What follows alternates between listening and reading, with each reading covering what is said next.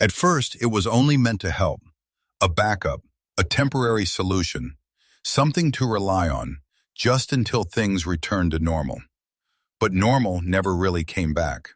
One by one, these backups stopped being optional. Not because they were perfect, but because letting go became too uncomfortable. Tonight, we examine 10 things humanity was never supposed to rely on, and how temporary decisions quietly became permanent foundations. What humanity was never supposed to rely on, coal, oil, and natural gas, were never meant to become the foundation of civilization. They were discovered as shortcuts, convenient, powerful, and seemingly endless. In the early days of the Industrial Revolution, fossil fuels were not viewed as a long-term solution. They were a temporary answer to a very specific problem: how to produce more energy faster than human labor or nature alone could provide. Steam engines burned coal not because it was ideal, but because it was available. Oil replaced whale fat not out of foresight, but desperation. At no point did humanity pause to ask what would happen if everything began to depend on this one choice. For decades, fossil fuels felt like progress itself. Cities grew brighter, machines grew stronger, transportation shrank continents. Entire economies reorganized around the assumption that energy would always be cheap, abundant, and controllable.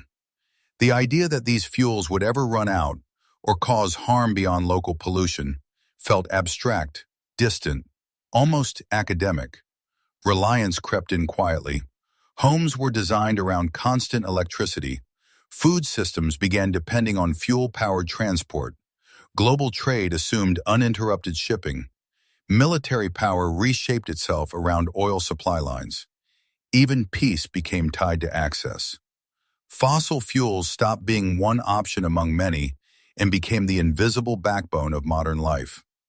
What was once a tool became a dependency. By the mid-20th century, the consequences were no longer theoretical. Smog choked major cities. Oil spills poisoned coastlines. Scientists began observing changes in atmospheric composition that could not be explained by natural cycles alone. Yet by then, reversing course was no longer simple. Entire nations were built on this reliance. Energy infrastructure had hardened. Power grids, vehicles, factories, and supply chains all assumed fossil fuels as the default. Alternatives existed, but switching meant cost, disruption, and uncertainty. Three things societies tend to avoid once stability is achieved. So the reliance continued, not because it was sustainable, but because it was familiar. What makes fossil fuels unique is not just their environmental impact, but how deeply they reshaped human expectations.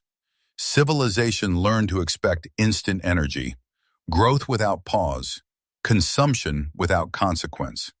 Any challenge to that expectation felt like regression, even when evidence suggested otherwise. By the time climate warnings reached the public, fossil fuels were no longer just energy sources. They were political leverage, economic identity, cultural habit. Letting go began to feel impossible. Even today, many societies acknowledge the risks while continuing the reliance. The systems built around fossil fuels reward continuation and punish disruption. Transition is discussed as a future goal, always slightly postponed, because the present still runs on what was never meant to last. This is the quiet danger of reliance. Fossil fuels did not fail humanity. They worked exactly as intended, too well, for too long, without an exit plan. They were never designed to carry the weight of an entire civilization indefinitely. They were a backup solution that became a permanent foundation. And once a civilization builds itself on something temporary, removing it becomes harder than defending it. The question is no longer whether fossil fuels were a mistake. It is whether humanity can imagine functioning without them, before necessity makes the decision instead. What humanity was never supposed to live inside credit was never meant to be a way of life. It was designed as a bridge, not a destination. In its earliest form, credit existed to solve a simple problem: timing. A farmer needed seeds before harvest. A merchant needed goods before payment arrived. Debt filled short gaps between effort and reward. It was limited, personal, and temporary. No one imagined an entire civilization organized around owing first and earning later. As economies grew, credit became more abstract. Paper replaced trust. Institutions replaced individuals. Debt stopped being something to resolve quickly and became something to manage indefinitely. What was once a short-term tool slowly transformed into a permanent structure. Reliance did not arrive all at once. It arrived quietly, through convenience. Mortgages allowed families to own homes earlier than ever before. Student loans opened doors to education without immediate cost. Credit cards smoothed daily life, turning small delays into invisible promises. Each step felt reasonable. Each layer seemed harmless, until debt stopped being optional. Over time, participation in modern society began to assume indebtedness. Housing markets priced themselves around loans. Education became inaccessible without borrowing.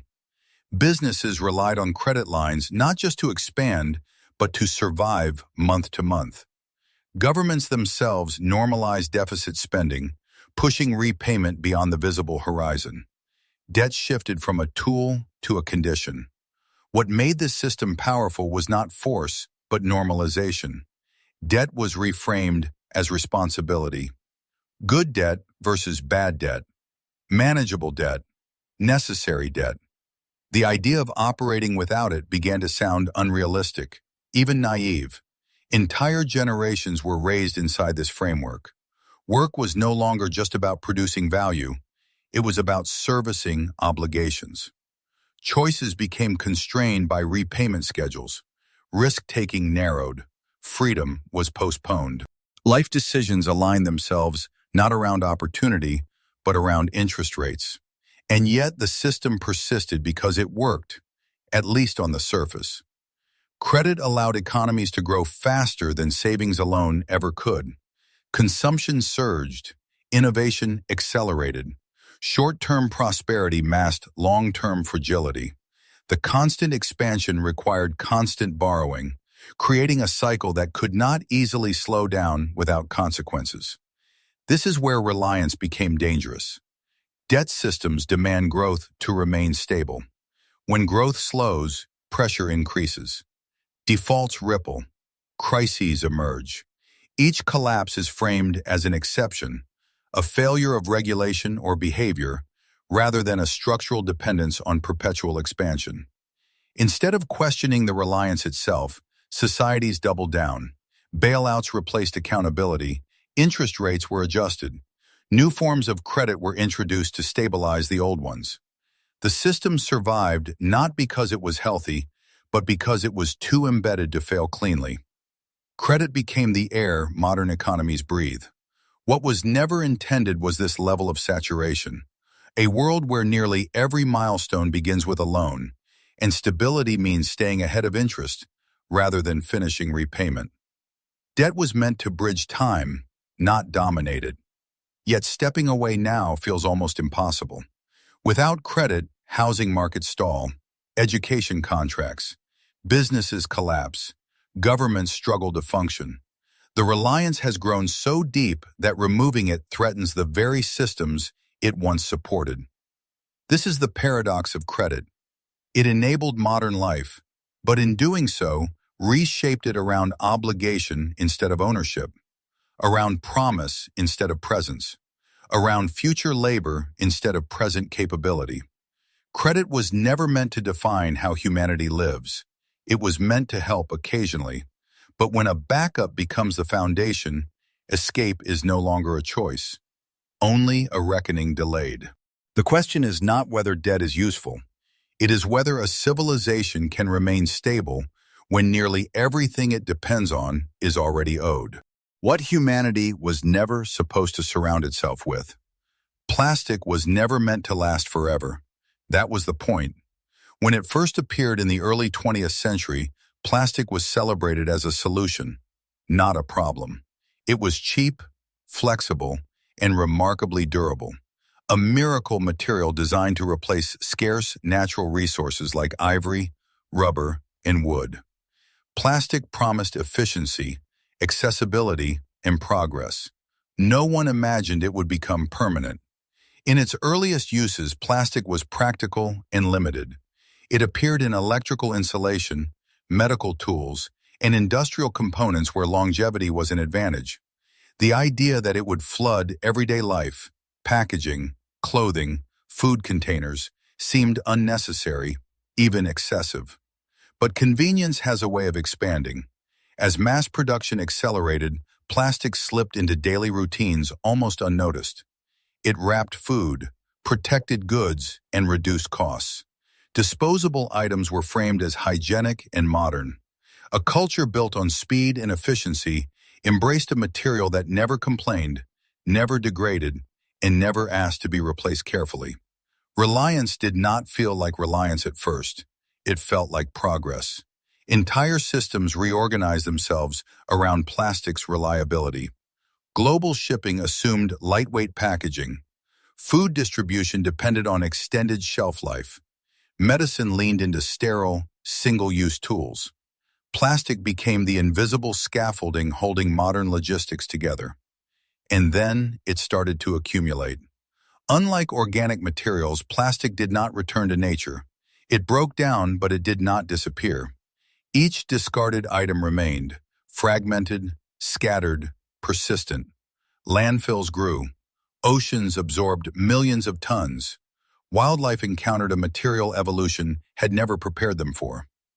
By the time the scale became visible, the dependency was already complete. Plastic had moved beyond utility and into habit. Products were redesigned to assume plastic use at every stage. Alternatives existed, but they were more expensive, less flexible, or incompatible with existing infrastructure.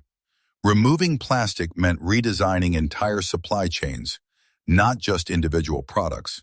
So reliance continued. What made plastic uniquely dangerous was not just its environmental impact, but its psychological effect. Its permanence was invisible at the moment of use. Disposal felt final, even though it was not. The consequences unfolded slowly, far from the point of consumption. This delayed feedback allowed comfort to override caution. Microplastics entered water systems, soil, and eventually human bodies. Not through a single failure, but through billions of ordinary decisions repeated over decades. Each use seemed insignificant. Collectively, they reshaped the planet's physical composition. Plastic became less a material and more a condition. Even now, societies struggle to imagine daily life without it. Food safety standards assume plastic barriers. Medical systems rely on disposable components. Renewable technologies themselves depend on plastic parts. The solution embedded itself so deeply that escaping it risks disrupting the very systems meant to protect us. Plastic was never intended to define modern life. It was meant to serve specific needs, briefly and efficiently. Instead, humanity built permanence out of disposability. The material succeeded too well. It solved immediate problems while quietly creating long-term ones that could not be reversed easily. What was once hailed as a safeguard against scarcity became a symbol of excess and dependence. Plastic was supposed to help humanity move forward, not surround it indefinitely. And now the challenge is no longer how to invent alternatives, but how to undo a reliance that never considered an ending. What humanity was never supposed to depend on for survival. Antibiotics were never meant to carry civilization. They were meant to buy time. When penicillin was first widely used in the 1940s, it felt like a miracle. Infections that once killed without warning suddenly became manageable. Surgery became safer. Childbirth became less deadly. Diseases that had haunted humanity for centuries lost their power almost overnight. For the first time, death retreated. Antibiotics were introduced as emergency tools, targeted weapons against specific threats. They were not designed to replace immunity, hygiene, or prevention. They were meant to intervene when all else failed, not to stand in for caution itself. But the success was overwhelming. As antibiotics spread, confidence followed. Medicine changed its posture. Risk became acceptable where it once wasn't. Procedures grew bolder. Recovery grew faster. The fear that had shaped human behavior for generations faded into the background. Reliance began subtly. Prescriptions became routine. Antibiotics were given just in case. Minor infections were treated aggressively. In agriculture, they were added to feed to accelerate growth and prevent disease in crowded conditions. Efficiency improved. Costs dropped. Output increased. Few questioned the long-term cost. What made antibiotics powerful also made them fragile. They did not eliminate bacteria, they pressured them. And under pressure, life adapts. Resistant strains emerge quietly, first as anomalies, then as patterns.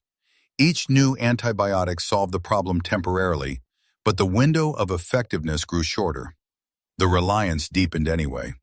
Instead of reducing usage, societies expanded it. Stronger drugs were developed. Broader spectrum antibiotics were deployed. The arms race accelerated. Resistance was treated as a technical challenge, not a warning sign. By the time the warning became undeniable, antibiotics were no longer optional. Modern medicine had rebuilt itself around their existence. Organ transplants, chemotherapy, intensive care, and routine surgeries all assumed antibiotics would work. Without them, many procedures reverted from safe to dangerous overnight. Antibiotics became the invisible foundation beneath healthcare. This created a paradox. The more medicine advanced, the more it depended on a resource that was becoming less reliable. Each success increased the cost of failure. Each resistant strain narrowed the margin for error. And yet, stepping back felt impossible. Patients expected quick cures. Systems rewarded speed. Agriculture relied on preventive dosing to maintain scale. Reducing antibiotic use meant restructuring entire industries and accepting short-term loss for long-term survival, a trade modern systems rarely make willingly. So the dependence persisted. Today, antibiotic resistance is no longer hypothetical. Infections once considered trivial have returned with deadly consequences. Treatment options narrow. Research struggles to keep pace, not because innovation is impossible, but because evolution never stops adapting. Antibiotics were never meant to replace balance. They were designed to intervene, not to dominate. To assist the immune system, not excuse its neglect. To handle crises, not enable constant exposure to risk. Yet humanity built a world that assumes antibiotics will always be there. Effective, affordable, unquestioned. This is the danger of over-reliance. Antibiotics did not fail humanity, they succeeded beyond expectation, and in doing so encouraged behaviors that made their own decline inevitable. The miracle became routine, the routine became a crutch. And now, the future of medicine depends on whether humanity can relearn restraint before the backup solution disappears entirely. Antibiotics were supposed to save lives when needed, not become the reason survival feels guaranteed. What humanity was never supposed to trust blindly. Satellite navigation was never designed for everyday life. It was built for precision, not dependence.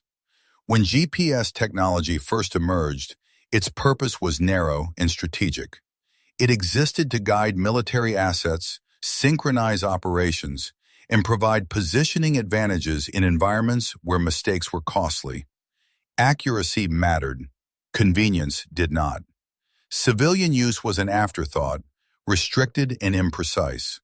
No one imagined the world would eventually stop navigating on its own.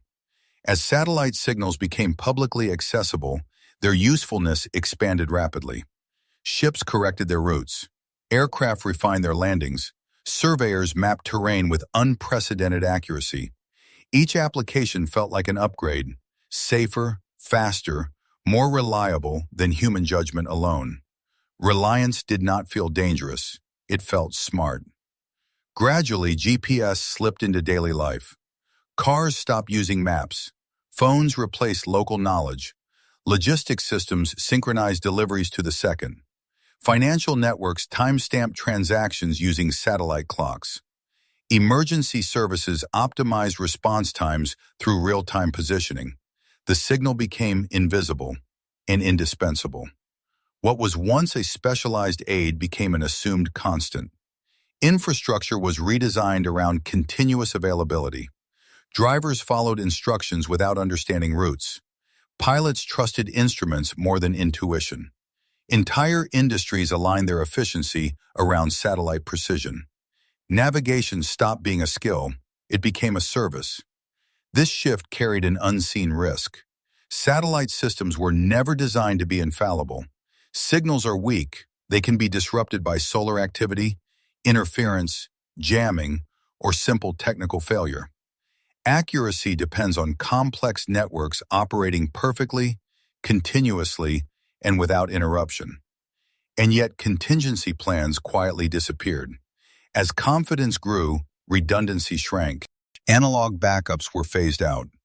Training emphasized system management over situational awareness. The assumption became simple. The signal will be there. When it isn't, confusion follows immediately. History has already offered warnings. Ships have run aground after GPS errors went unnoticed. Aircraft have reported navigation anomalies during signal disruptions. Entire regions have experienced brief outages that halted transportation, delayed emergency response, and disrupted communications. Each incident was treated as isolated, a glitch, not a lesson. The reliance continued. What makes GPS dependence uniquely fragile is its concentration. A small number of satellites, operated by a few nations, now underpin global movement and timing. Modern economies rely on precise synchronization. Power grids, stock exchanges, and data centers all depend on satellite timekeeping to function correctly. Lose the signal, and systems drift out of alignment. This is not a theoretical vulnerability. It is a known one. But acknowledging it fully would require accepting an uncomfortable truth. Humanity has outsourced orientation, spatial, temporal, and operational, to infrastructure it cannot fully control or quickly replace. Navigation became trust. Trust became assumption. Even today, most users are unaware of how deeply satellite systems shape their lives. The dependence is quiet, seamless, and therefore rarely questioned. Only when directions fail, clocks desynchronize, or coordination breaks down does the scale become visible. And by then, reaction time is limited. GPS was never meant to replace human awareness. It was designed to assist, not override, to enhance decision-making, not remove it. But convenience rewarded passivity, efficiency discouraged redundancy, and reliance hardened into expectation. Now, stepping back feels unrealistic. Teaching navigation skills again feels unnecessary. Building parallel systems feels expensive. Preparing for failure feels pessimistic. So societies continue forward, trusting that the signal will remain uninterrupted. This is the pattern of modern reliance. GPS works exceptionally well, until it doesn't. And when a civilization builds its movement, timing, and coordination on a tool never meant to bear that weight alone, fragility becomes systemic. Satellite navigation was supposed to help humanity find its way, not decide whether it can function at all.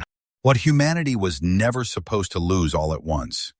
Electricity was never meant to be invisible. It was meant to be powerful and contained. In the early days of electrification, power systems were small, local, and limited. Factories generated their own energy. Neighborhoods relied on nearby plants. Failures were inconvenient, but isolated. When power went out, life slowed. It did not collapse. No one expected electricity to become the single point of failure for modern society. As demand grew, efficiency took priority. Centralized power grids emerged to distribute energy at scale. reducing costs and maximizing output. Large plants replaced small generators. Long transmission lines replaced local control. Reliability improved, and with it, confidence. Reliance followed naturally. Homes were redesigned around constant power. Water systems assumed electric pumps. Hospitals synchronized life support equipment to uninterrupted supply. Communication, banking, transportation, and food distribution quietly aligned themselves to a single assumption: electricity would always be there. And for a long time, it was. The success of centralized grids reshaped expectations. Blackouts became rare enough to feel abnormal. Backup systems existed, but mostly as formalities. The grid was treated not as infrastructure, but as a guarantee. That guarantee was never real. Centralized systems trade resilience for efficiency. When they function, they outperform decentralized alternatives. When they fail, the consequences scale instantly. A single fault can cascade across regions. A storm, a software error, or human miscalculation can disconnect millions at once. The margin for error shrinks as dependence grows. Over time, redundancy was optimized away. Manual controls were replaced by automated ones. Human oversight gave way to algorithms designed for speed, not improvisation. Local knowledge faded as centralized management took over. Power became abstract.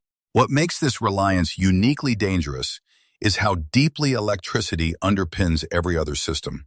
Without it, fuel cannot be pumped. Food cannot be refrigerated. Data cannot move. Emergency services slow. Information disappears. Darkness is not the problem. Disconnection is. When the grid fails, society does not degrade gradually. It stops abruptly. History has offered repeated warnings. Regional blackouts have frozen cities, stranded transportation networks, and disrupted healthcare within hours. Each event reveals how thin the buffer has become. Yet after restoration, the lesson fades, treated as an anomaly rather than a structural risk. The system returns to normal until the next failure. Centralized grids were never designed to carry this much dependency. They were meant to distribute power, not define survival. But as technology advanced, alternatives felt inefficient. Local generation was abandoned. Personal preparedness declined.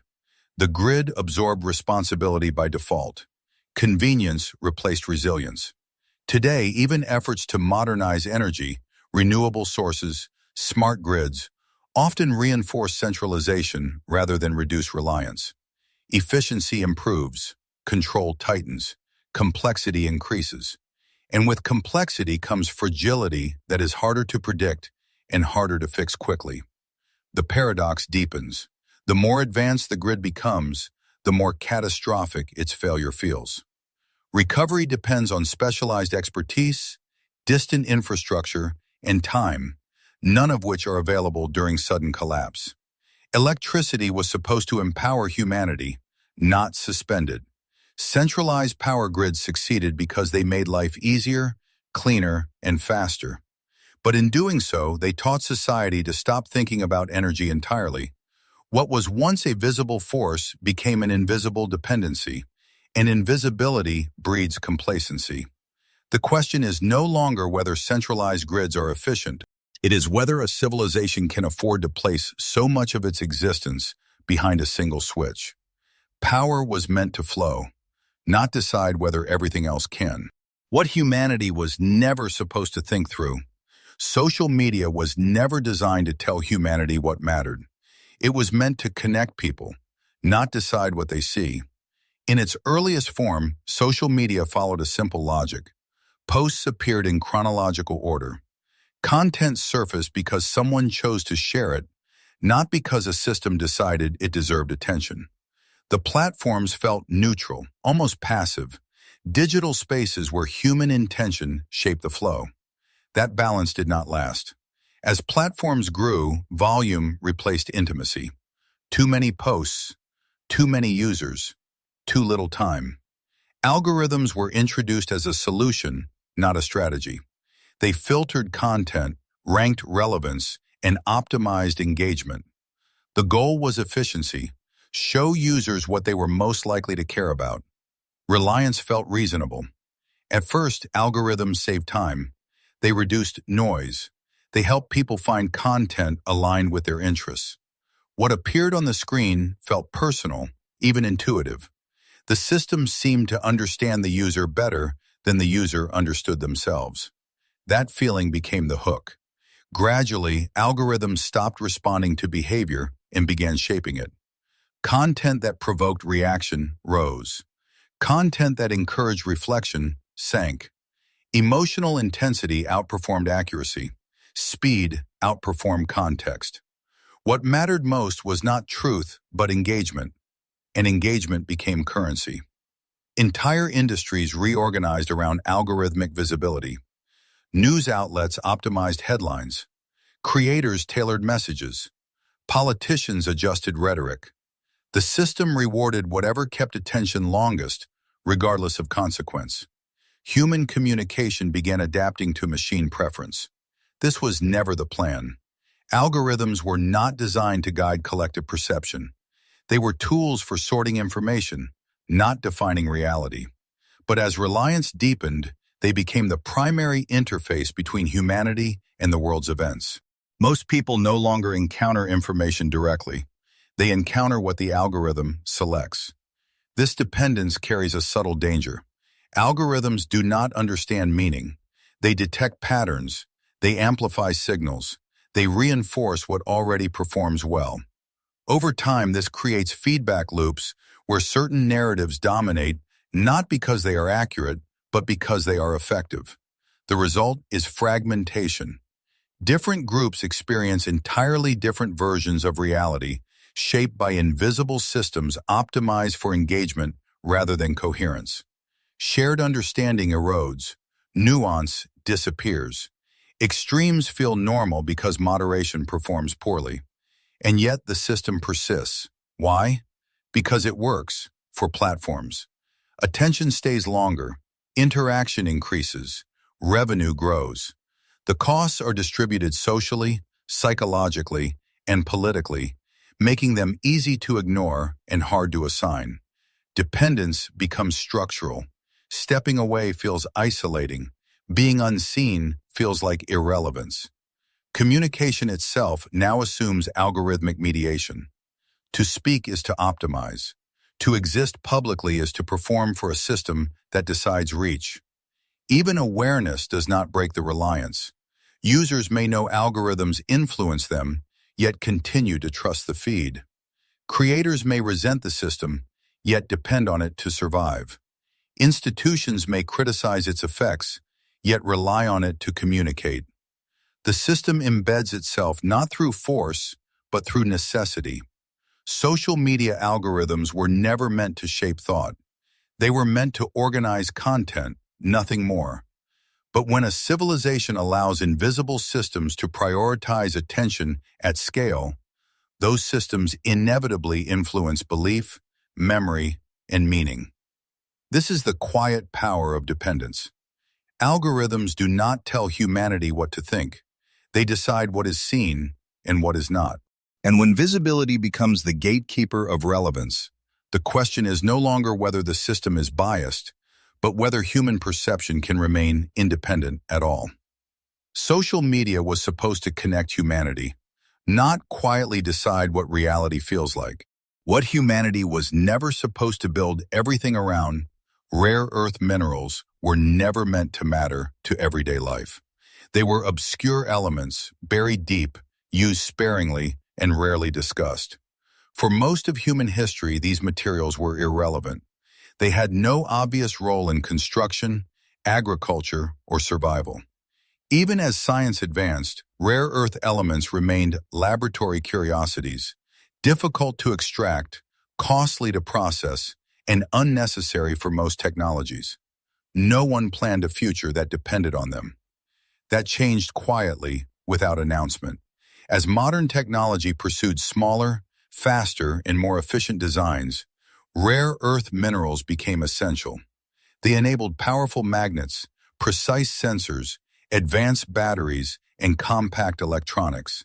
Smartphones, computers, medical imaging, renewable energy systems, and military equipment all began relying on materials most people had never heard of. The dependence formed invisibly. Unlike oil or electricity, rare earth minerals do not announce their presence.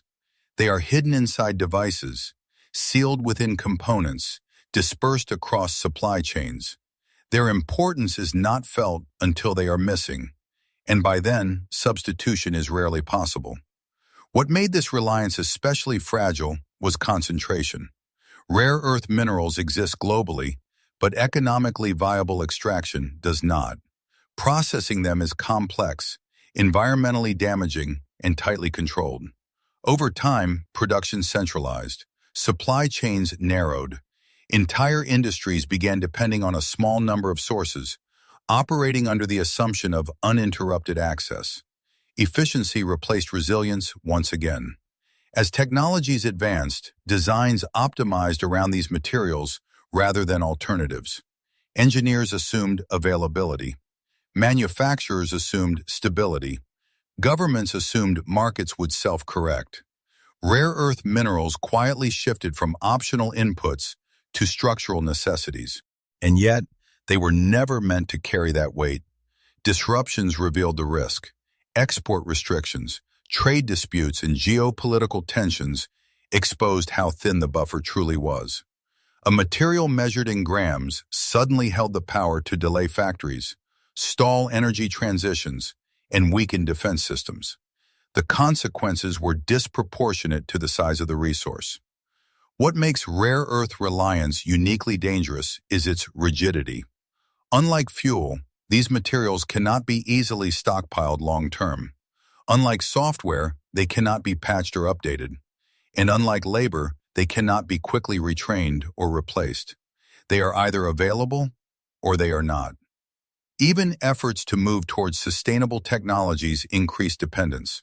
Wind turbines, electric vehicles, and energy storage systems all rely heavily on rare earth elements.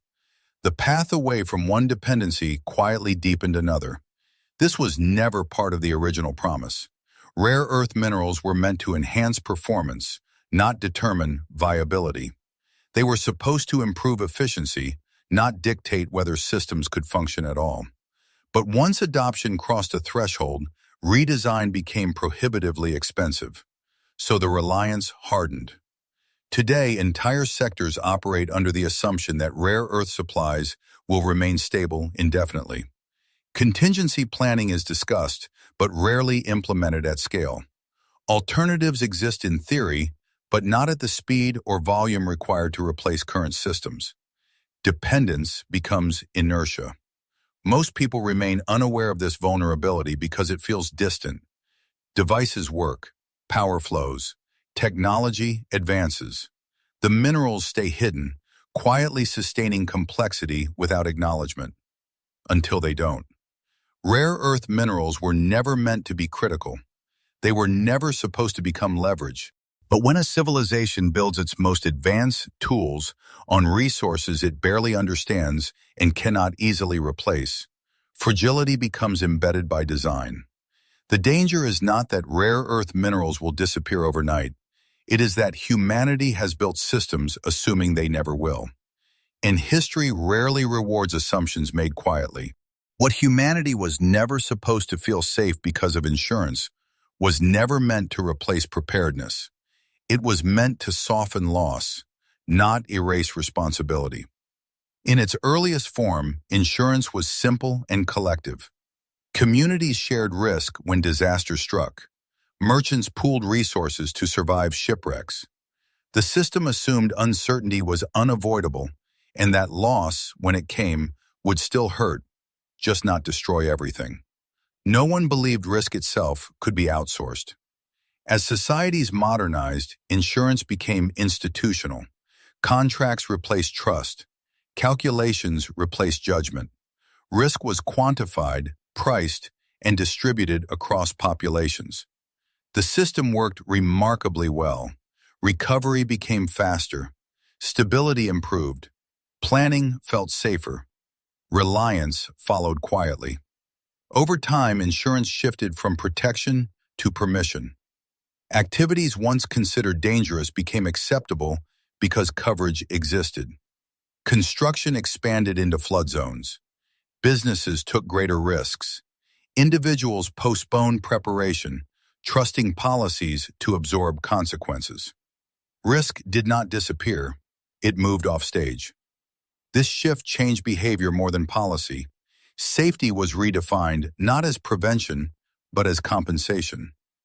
Loss was reframed as manageable. The presence of insurance created the illusion that outcomes were controlled, even when underlying dangers remained unchanged. The system encouraged optimism. What made insurance powerful also made it dangerous. It detached decision-making from consequence. When individuals no longer bear full cost, caution weakens. When losses are shared abstractly, warning signals dull. Over time, the frequency and scale of disasters increase, not because nature changes, but because behavior does. This pattern repeats quietly. Insurance models rely on predictability. They assume that risks are rare, independent, and statistically manageable. But as reliance grows, risks cluster. Climate events intensify. Infrastructure ages. Economic shocks cascade. What was once insurable becomes systemic, and systems do not fail gracefully. When losses exceed expectation, insurance retreats. Premiums rise, coverage shrinks, exclusions multiply. The protection people relied on reveals its limits precisely when it is needed most. Trust erodes, but dependence remains. There is nowhere else to turn.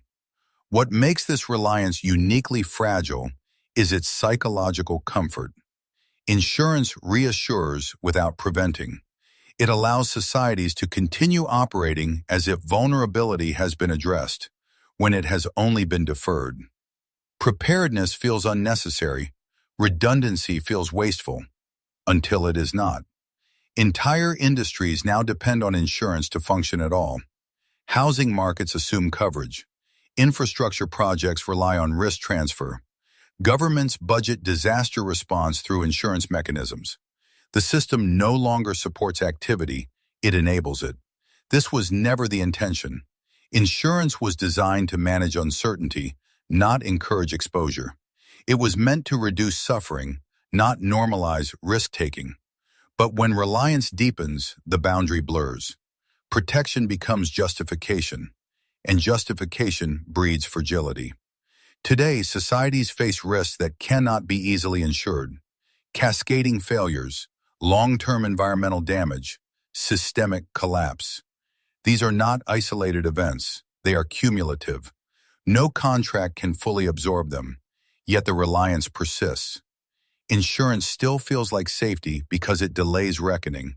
It spreads pain thinly enough to remain tolerable, until accumulation overwhelms distribution.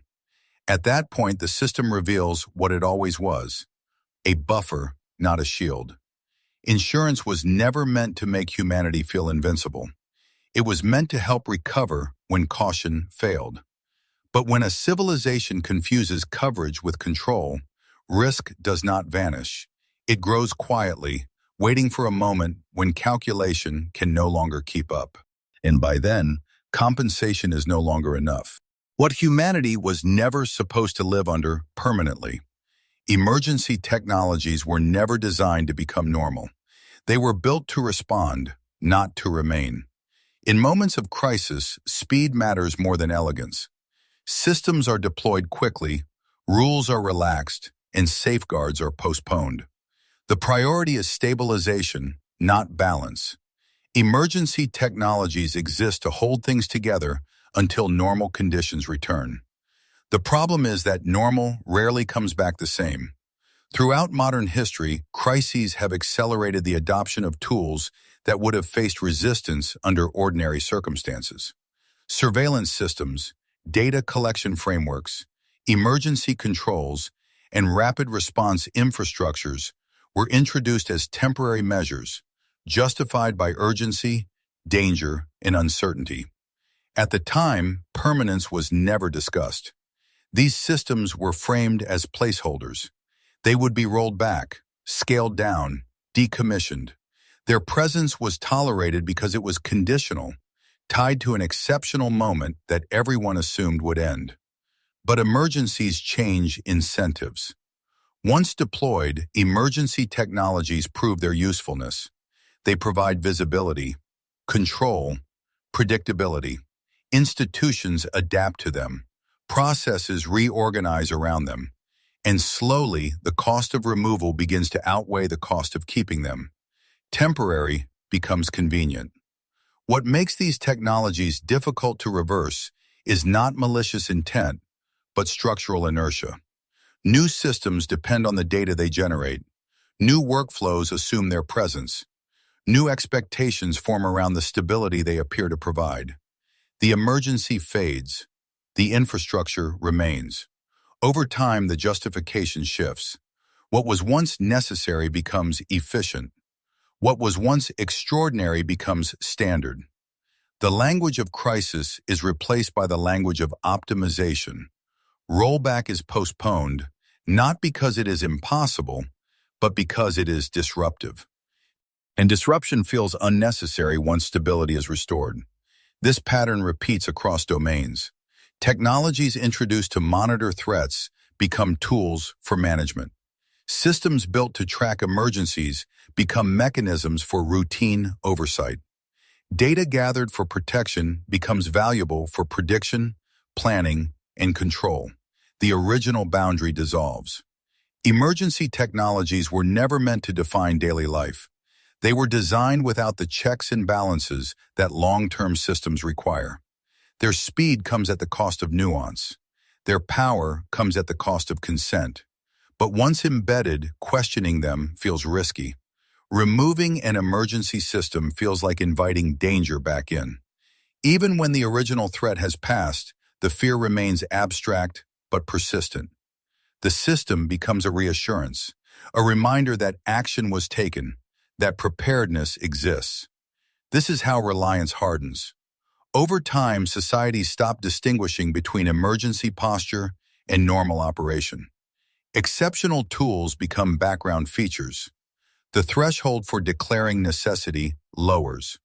Each new crisis builds on the infrastructure of the last. Preparedness becomes permanence. The danger is not that emergency technologies exist. It is that they rarely leave. They shape behavior quietly. They redefine acceptable limits. They normalize oversight, restriction, and intervention, not through force, but through familiarity. People adapt. Systems adjust. Memory fades. Eventually, few remember what life looked like before. Emergency technologies were meant to protect civilization during moments of instability. They were not meant to structure everyday existence.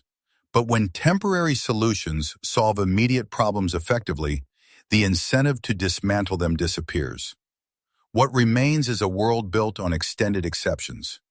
This is the final pattern of reliance, not dependence on a material, a system, or a resource, but dependence on emergency itself, on tools designed for worst-case scenarios becoming default settings for ordinary life. And once a civilization learns to function permanently in emergency mode, it becomes difficult to tell where precaution ends and control begins. Emergency technologies were supposed to hold the line, not quietly redraw it. None of these things were mistakes. They solved real problems, at the right time, for the right reasons. But history rarely warns us when help turns into dependence. Backups become foundations. Temporary choices become permanent structures, and convenience quietly replaces intention. The danger isn't what humanity relies on. It's forgetting why it started relying on them at all. Because the most powerful systems don't collapse suddenly. They simply stay, long after they were meant to leave.